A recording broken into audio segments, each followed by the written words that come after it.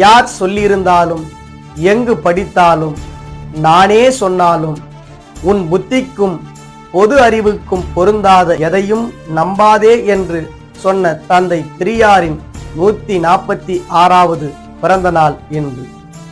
EV Ramasamy என்ற இயற்பெயர் கொண்ட தந்தை பெரியார் செப்டம்பர் 17, 1879 ஆண்டு ஈரோட்டில் பிறந்தார். இவர் தனது வாழ்நாள் முழுவதும் சமூகத்தின் வளர்ச்சிக்காகவும் மக்களின் முன்னேற்றத்திற்காகவும் தொடர்ந்து சிந்தித்து குரல் கொடுத்து வந்த ஒரு மகத்தான தலைவர்.